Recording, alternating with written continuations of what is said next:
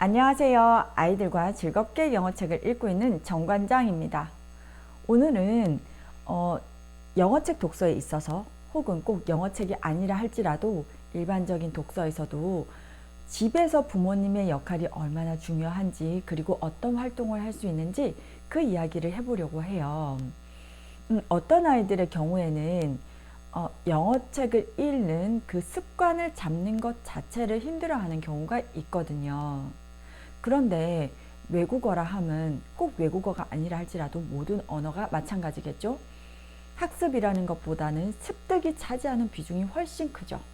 이것이 무슨 얘기냐 하면 매일매일 듣고 읽고 하는 것이 자기에게 누적이 되어야 되고, 그리고 그것을 이후에 차츰차츰 계속 반복해서 말하고 씀으로써 그것이 익숙해져서 그 해당 외국어를, 그 언어를 말하고 쓰게 되는 것으로 이어진다라는 것인데요. 이렇게 습득이 잘 되려면 결과적으로는 습관이 꽉 잡혀야 해요. 습관이 습득이 되고, 이 습득이 결국은 아웃풋으로 나오는 실력으로 이어집니다. 그렇기 때문에 습관, 매일매일 하는 그런 습관을 잡아주는 것, 매일매일 노출하는 습관을 잡아주는 것이 너무나도 중요한데요. 그런데 그것이 어려운 아이들, 잘 안 되는 아이들을 면밀히 살펴보면 일단 여기서는 제가 독서에 집중을 할 수 있는 환경을 만들어 주는데 막상 집으로 갔더니 책을 읽을 분위기가 아니에요. 산만해요. 이렇게 말하는 아이들 있어요. 분명 부모님들께서는 아이들에게 너 이 정도 컸으니까 알아서 책도 읽고 뭐 숙제도 해야지, 이렇게 말씀들 하실 거예요. 하지만 정말로 아이가 책에 집중을 해서 이렇게 차분한 분위기에서 읽고, 그리고 그것에 몰입할 수 있는 그런 분위기를 조성을 해줬는지는 한번 생각을 해볼 필요가 있습니다. 그리고 요즘 아이들은 좀 자극적인 영상 매체에 빨리 노출이 되는 편이죠. 이런 자극적인 영상 매체, 게임에 너무 빨리 노출됐거나 너무 많은 시간 노출이 되어 있는 아이는 독서 습관을 잡기가 그리 쉽지만은 않아요. 왜냐하면 아이들에게는 그런 게임과 같은 것이 훨씬 더 자극적이고, 그러니까 흥미있고 더 재미있다고 생각하는 것이 당연합니다. 그런데 독서는 어떤가요? 독서는 스스로 머리를 써서 그 의미를 파악하고 내용을 이해해서, 그래서 그 안에서 재미를 찾아야 하는 거예요. 그러니까 조금 더 자기가 적극적으로 개입을 해야 하는 거죠. 이렇게 적극적으로 자기 머리를 써야 한다는 것, 전두엽을 더 많이 사용해야 한다는 것, 이런 것 자체가 사실 게임보다는 어렵기 때문에 독서의 재미 자체를 알기가 그리 쉽지만은 않을 것입니다. 그러므로 아이가 어릴 때부터 좀 차분한 분위기에서 매일매일 특정 시간을 할애를 해서 독서를 하는 습관을 게임에 노출되기 전에 잡아줘야 하는데요. 그것을 어떻게 할 수 있냐?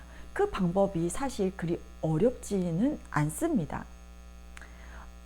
아이가 어릴 때, 초등학교 저학년일 때, 혹은 초등학교에 입학하기 전 미취학 아동인 상태에서 매일매일 부모님께서 책을 읽혀주는 것만으로도 충분해요. 근데 그 시간이 뭐 짧아도 상관이 없고요. 10분, 20분도 좋고, 시간이 허용한다면 뭐 1시간 정도도 좋고요. 매일매일 아이에게 오후 어느 때나 자기 전에 시간을 할애해 주는 것만으로도 이후에 이 아이가 성장해서 초등학교 고학년이 되었을 때 게임도 재미있지만 책도 재미있어요, 이렇게 말을 할 수 있는 아이로 키우고, 평생 독서가로 키울 수 있는 탄탄한 밑거름을 이때 만들어 줄 수 있어요. 어떤 부모님은 영어책이라고 하니까 자기는 영어 발음도 좋지 않고 억양도 그렇게 훌륭하지 않아서 원어민처럼 읽어줄 수가 없다, 이렇게들 말씀하시면서 부담스러워하는 경우 있어요. 하지만 절대 그러실 필요가 없고 본인이 읽기에도 쉬운 책, 아이가 쉽게 읽을 수 있는 책을 선정해서 읽어주시기만 하면 되는데 여기서의 목적은 영어에 대한 학습적 지식을 전달해 주는 것이 목적이 아니에요. 그것이 아니라 단지 아이에게 부모님이 시간을 할애해서 독서를 통해서 즐겁고 재미있는 시간을 만들어줬다. 이 독서에 대한 긍정적인 기억을 심어주는 것 자체가 목적인 거예요.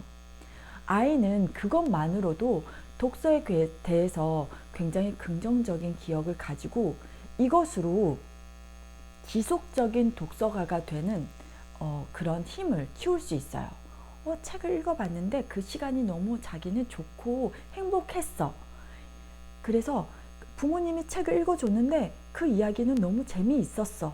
이것만으로도 이 아이는 이후에 부모님으로부터 점차 독립을 해서 스스로 책을 읽어나가는 힘을 키워나가게 돼요. 그러니까 아이가 스스로 독립해서 책을 읽기 전에 그런 독립을 할 수 있는 힘을 키울 수 있기 전에 부모님께서 먼저 미취학 아동인 상태에서 혹은 초등학교 저학년일 때 이렇게 영어책을 읽어주시면 되는 겁니다. 그것만으로도 아이는 정말로 이후에 큰 위력을 발휘할 수 있어요. 이때 활용하면 좋은 책도 저는 오늘 들고 나왔습니다. 바로 오늘 소개해드리고 싶은 작가는 이 조이 콜이라는 작가인데요. 저는 이 작가의 작품 중에서도 제가 좋아하는 작품을 방금 보여드렸어요.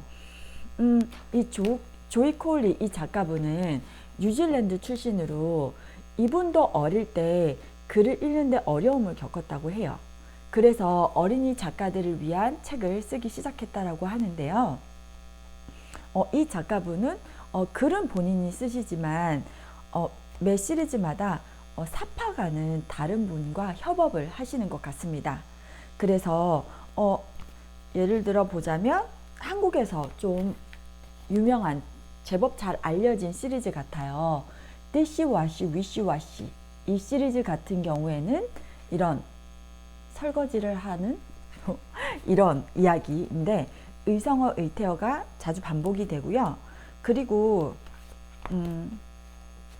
제가 또 재미있게 읽고 있는 The Hungry Giant 이 시리즈 같은 경우에는 항상 배가 고픈 거인이 마을 주민들을 괴롭히면서 먹을 것을 차려달라고 요구를 합니다. 그런데 마지막 결론은 항상 이렇게 마을 주민들에게를 괴롭혔지만 항상 당하는 건 본인 거인이 항상 끝은 당하면서 끝이 나요. 좀 재밌게 아이들이 읽을 수 있는 이야기고요. 그리고 또 제가 좋아하는 이 책은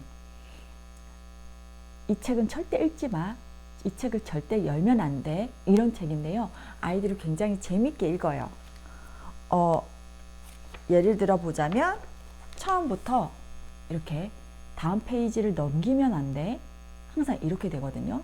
절대 넘기지 마. 그러면 아이들은 오히려 더 뒷장을 궁금해해요.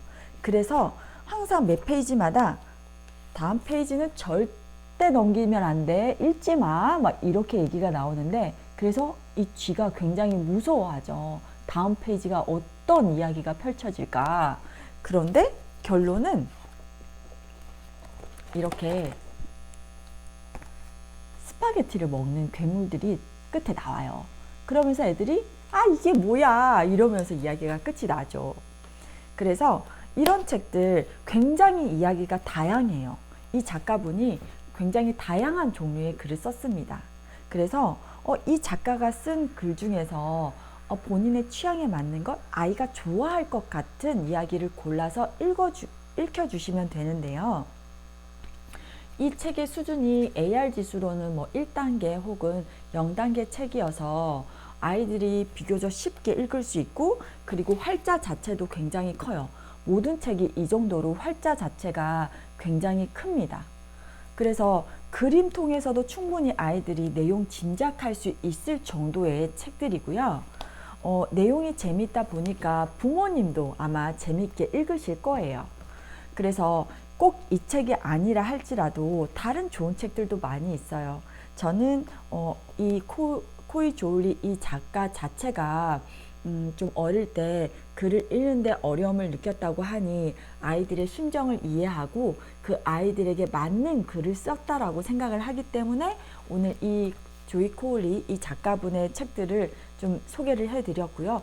꼭 이 책이 아니라 할지라도 아이가 재밌게 읽을 것 같은 그런 취향을 파악하셔서 그냥 매일매일 아이에게 책을 읽어주신다면 이후에 정말로 아이가 탄탄한 평생 독서가로 자라는데 밑거름을 확실히 만들어 주실 수 있을 것이라고 생각합니다.